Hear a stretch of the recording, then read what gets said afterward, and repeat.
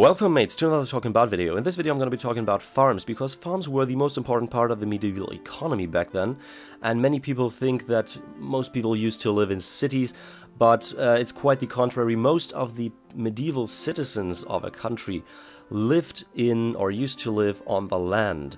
So there were many farms around cities, if there was a city nearby or a town, and most of the people lived on the land itself, and later on there happened something called urbanization, where people migrated from the land into the cities. But up until that point, most of the people, as I said, lived on the land, and most of them on farms to provide themselves and the community with food, or with the essentials to make food like bread. So that is a really important thing. And as you can see here, this is a farm I built. You might think those crop fields here are kind of huge, but in fact they are pretty small in comparison to realistic fields, but I'm not going to go into that. One thing I want to mention here is that this Talking About video is about making nice looking realistic farms, and not to make them practical for survival let's plays or something like that. So as you can see, there's no water around here to enhance or to increase the growth of them. What I want to mention at this point, that you don't need water to grow crops. You just need the water to make the growth faster. So just to get that off my chest, because that is a question I get a lot of times. So yeah, as you can see, the shapes of the fields are not anything cubic or rectangular or something like that, but they kind of go with the paths. They sometimes go up a layer or two, as you can see on this spot here. And one thing I do to make to break up the pattern a little bit is to make some blank spots here of simply grass with tall grass on top of it, simply to make this yellowy browniness going to go away, and to break up the pattern, as I said. So that is a really important thing. So not to stick to rectangular shapes, and to sometimes make some blank spots in there. So let's move on to the main building, or the buildings themselves. So as you can see, those are two silos I've made over here to store the harvested crops in, or pretty much the grain. And this is a windmill, as you can see, and over there's another windmill simply to make the landscape look a little bit more vivid. This is a small barn, and over here this is the main complex building with one room, or one big room, for tools and stuff to make to work on the fields. And this room is for breeding animals, which is a really important fact of medieval farms, that they did not only have, or most of the times, they did not only have fields outside of the farm building itself, but they had animals which they bred. I have no clue. They were breeding animals in order to provide themselves with food and other goodies like fur and stuff, and like hides. So yeah, this is like a kind of complex farm design here.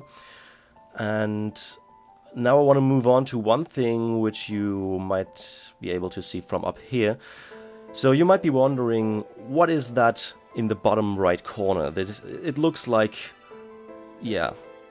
weird ground patterns.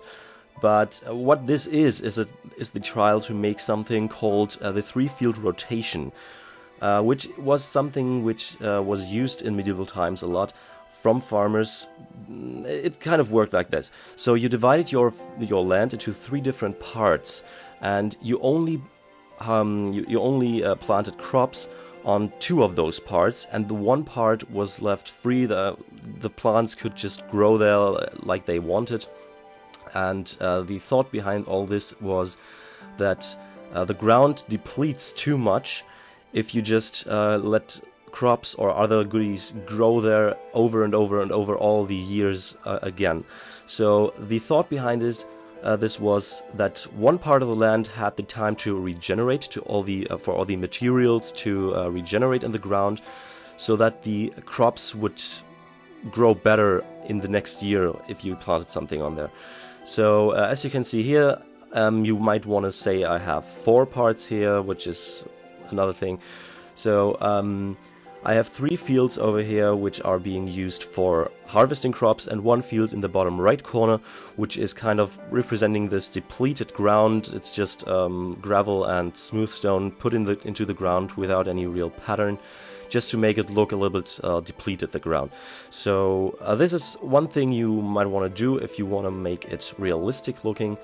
But yeah, on the same page, it's not really something many people will recognize at what it is supposed to be. So most of the people will just think that it's some weird kind of stuff going on the ground, and not that this is actually a depleted field. But that is a really important thing which happened in medieval times, and it was really important that you built those 3 fields, or that you had this 3-field rotation in order to make it, yeah, good. I don't really know. So yeah. And this is again an example of how not to do it. So as you can see, these fields are totally rectangular and with water in the middle. As once again, this is, of course, it's practical in survival, but it's not realistic in any manner. So what you might want to do is to make a trench or a ditch going from a river towards your farm, which was a common thing to have because the farmers had to have a source of water somehow. But on the other side, you shouldn't put too much water next to the farms because it will just be totally unrealistic. Once again, if you want to focus on good looking buildings and authentic looking buildings rather than having it practical for a survival game, let's plays or something like that. Well, and that was pretty much everything I wanted to say regarding this topic. So, if you have any suggestions on what to do the next Talking About video about, if you want a certain topic to be covered in the upcoming video, then please leave a comment in the comment section below. I'm gonna read them, and maybe your suggestion will be the next video. And also let me know if you liked this video, if you like the kind of historical background, the trivia I gave you for the 3-field rotation and the urbanization and stuff.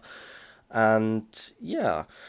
Also, you might want to go and check out my Facebook page and my Planet Minecraft pages for Cargith, my castle, and my medieval spawn town called Crunport, which I released, I think, 2 or 3 weeks ago. And yeah. And with that, there's nothing left to say for me, but I've been X64, and as always, please rate, comment, subscribe, join the community, become a mate today, do as you want, hopefully we'll see you next time. Bye-bye.